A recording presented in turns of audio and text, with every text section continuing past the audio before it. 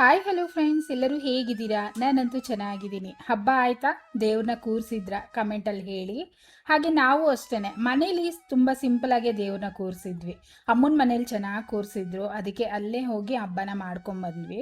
ಬೆಳಗ್ಗೆ 9 ಗಂಟೆಲೇನೋ ಹೂವು ಎಲ್ಲ ತೊಗೊಂಬಂದಿದ್ದೆ. ಸರಿ ಎಲ್ಲ ಪೋಣಿಸಿಟ್ಬಿಡೋಣ, ನಂತರ ದೇವಸ್ಥಾನಕ್ಕೆ ಹೋಗೋಣ ಅಂತ ಪೋಣಿಸ್ಕೊಳ್ತಾ ಇದ್ದೀನಿ.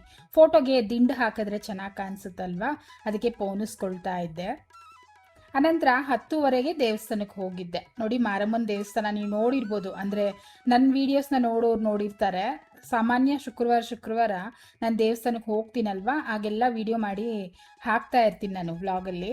ನೋಡಿರ್ತೀರ. ಹೊಸಬ್ರಾದರೆ ನೋಡಿ, ದೇವಸ್ಥಾನ ಇದೆ, ವಾರ ನಾನು ಹಾಕ್ತೀನಿ. ನಿಂಬೆಹಣ್ಣಿನ ದೀಪನ ಹಚ್ತೀನಿ. ನೋಡಿ, ಮಾರಮ್ಮನಿಗೂ ಅಷ್ಟೇ ತುಂಬ ಚೆನ್ನಾಗಿ ಅಲಂಕಾರ ಮಾಡಿದರು. ಬೆಳ್ಳಿದು ಕವಚ ಹಾಕಿ ಮೀನಾಕ್ಷಿ ಅಮ್ಮನವ್ರು ಅಲಂಕಾರ ಮಾಡಿದರು. ಚೆನ್ನಾಗಿ ಕಾಣಿಸ್ತಿತ್ತು. ಸ್ವಲ್ಪ ಹೊತ್ತು ಹಾಗೆ ನಿಂತ್ಕೊಂಡು ನೋಡಿ, ನಂತರ ದೇವ್ರ ಪೂಜೆ ಎಲ್ಲ ಮುಗಿಸ್ಕೊಂಡು ಅನಂತರ ಕೆಳಗಡೆ ಕಾಳಮ್ಮನ ದೇವಸ್ಥಾನ ಇದೆ ಅಲ್ವಾ, ಅಲ್ಲೂ ಹೋಗಿದ್ದೆ.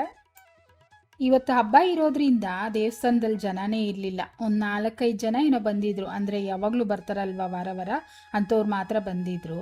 ಆ ವಾತಾವರಣ ನೋಡೋದಕ್ಕೆ ಒಂಥರ ಚೆನ್ನಾಗಿರುತ್ತಲ್ವ. ನೋಡಿ, ಅಲ್ಲಿ ಗೋಪುರ ಕಾಣಿಸ್ತಿದೆ ಅಲ್ವಾ, ಅದೇನೇ ಕಾಳಮ್ಮನ ದೇವಸ್ಥಾನ. ಅಲ್ಲೂ ಹೋಗ್ತೀನಿ, ತೋರಿಸ್ತೀನಿ ನಿಮಗೆ. ನಂತರ ನಾನು ದೇವಸ್ಥಾನಕ್ಕೆ ಬಂದಾಗ ಒಂದು ಸ್ವಲ್ಪ ಸಕ್ಕರೆ ಮತ್ತು ರವೆನ ಮಿಕ್ಸ್ ಮಾಡ್ಕೊಂಬಂದು ಈ ರೀತಿ ಇರುವೆಗಳಿಗೆ ಹಾಕ್ತಾ ಇರ್ತೀನಿ. ಅಥವಾ ನಾಯಿಗಳಿಗೆ ಬಿಸ್ಕೊಟ್ ಕೊಡೋದು, ಇಲ್ಲ ಅಂದರೆ ಹಸುಗಳಿಗೆ ಬಾಳೆಹಣ್ಣು ಕೊಡೋದು, ಈ ಥರ ಏನೋ ನಮ್ಮ ಕೈಯಲ್ಲಿ ಆದಷ್ಟು ಸ್ವಲ್ಪ ಮಾಡಿದ್ರೆ ಒಳ್ಳೇದಲ್ವಾ ಅಂತ ಮಾಡ್ತಾ ಇರ್ತೀನಿ. ಸಕ್ಕರೆ ಮತ್ತು ರವೆ ಹಾಕೋದ್ರಿಂದನೂ ಅಷ್ಟೇ ದುಡ್ಡು ಕಾಸಿನ ಸಮಸ್ಯೆ ಇತ್ತು ಅಂದರೆ ಹೋಗುತ್ತೆ ಅಂತಾರೆ. ಆ ನಂಬಿಕೆ ಇದೆ ಎಲ್ಲರಿಗೂ. ಆದರೆ ನಾನು ಅದಕ್ಕೋಸ್ಕರ ಹಾಕಲ್ಲ. ಒಳ್ಳೇದಾಗಲಿ, ಏನೋ ಒಂದು ರೀತಿ ಒಳ್ಳೇದಾಗಲಿ ಅಂತ ಹಾಕ್ತೀನಿ ಅಷ್ಟೇ. ನೋಡಿ, ಪೂಜೆ ಎಲ್ಲ ಮುಗಿಸ್ಕೊಂಡೆ. ಈಗ ಕಾಳಮ್ಮನ ದೇವಸ್ಥಾನಕ್ಕೆ ಹೊರಡ್ತಾ ಇದ್ದೀನಿ.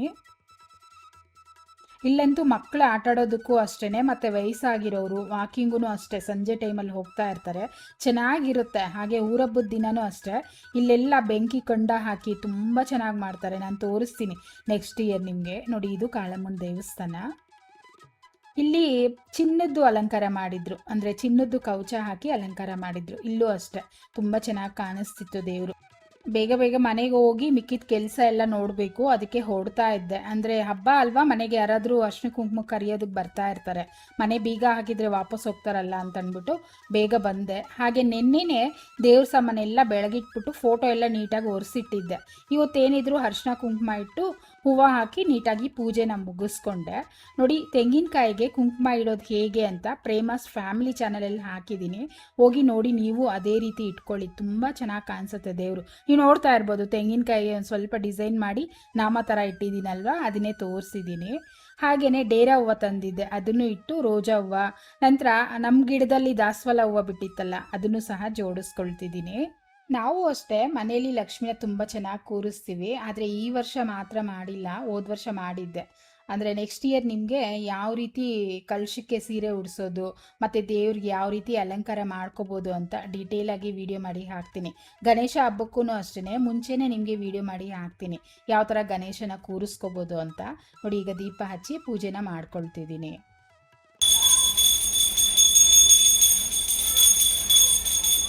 ನಮ್ಮ ರೋಡಲ್ಲಿ ಇರೋರಿಗೆಲ್ಲ ಬಂದವ್ರಿಗೆ ಅರಿಶಿನ ಕುಂಕುಮ ಕೊಟ್ಟು ಅವರೆಲ್ಲ ಹೋದ್ಮೇಲೆ ನಾನು ಸಂಜೆ ಮೇಲೆ ಅಮ್ಮ ಮತ್ತು ಅತ್ತೆ ಮನೆಗೆ ಹೋಗಿದ್ದೆ.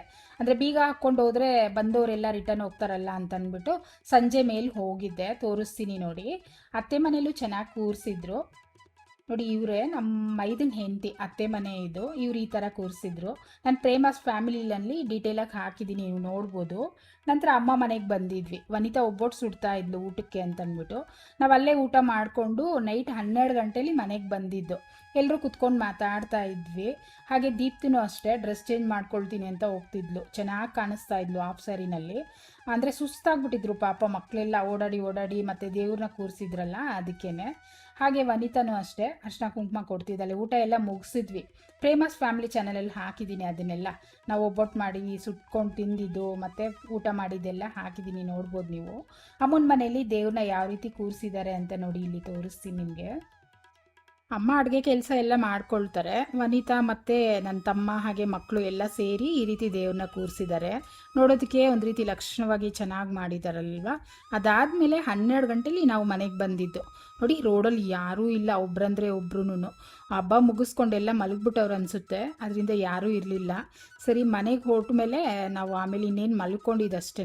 ಸಂಜೆಯಿಂದ ನಾನು ವಿಡಿಯೋ ಮತ್ತೆ ತೋರಿಸ್ತೀನಿ ನೋಡಿ ನಿಮಗೆ, ಯಾಕಂದರೆ ನಮ್ಮ ಮನೇಲಿ ದೇವ್ರನ್ನ ತೋರಿಸಿಲ್ಲ ಅಲ್ವಾ, ಅದಕ್ಕೆ ತೋರಿಸ್ತಾ ಇದ್ದೀನಿ.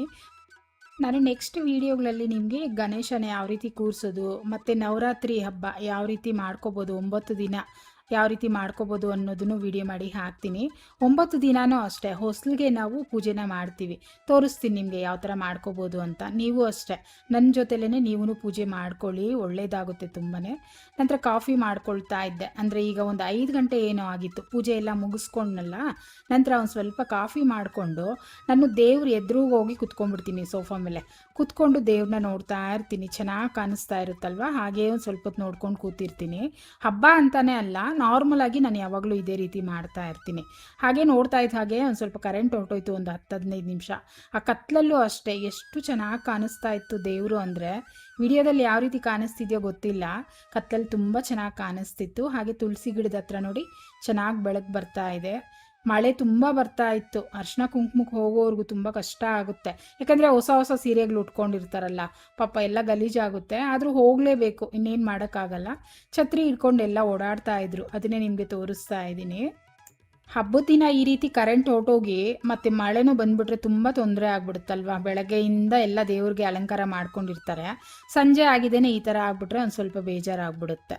ಅದಾದಮೇಲೆ ನೋಡಿ ಸಾಂಬ್ರಾಣಿ ಹಾಕಿದ್ನಲ್ಲ, ಆ ಹೊಗೆಗೆ ನೋಡೋದಕ್ಕೆ ಒಂದು ರೀತಿ ಚೆನ್ನಾಗಿತ್ತು. ಹಾಗೆ ಅರಿಶಿನ ಕುಂಕುಮ ತಟ್ಟೆ ಮತ್ತು ತಾಂಬೂಲದ ತಟ್ಟೆ ಎಲ್ಲ ರೆಡಿ ಮಾಡಿ ಪಕ್ಕದಲ್ಲಿ ಇಟ್ಕೊಂಡ್ಬಿಟ್ಟಿದ್ದೀನಿ.